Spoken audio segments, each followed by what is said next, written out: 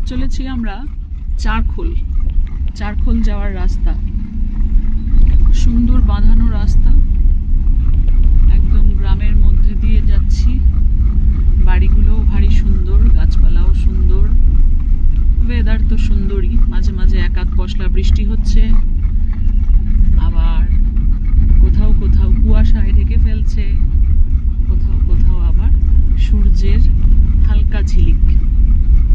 তবে সূর্য আজকে সেভাবে কিন্তু এখনো প্রকট হয়ে দেখা দেয়নি।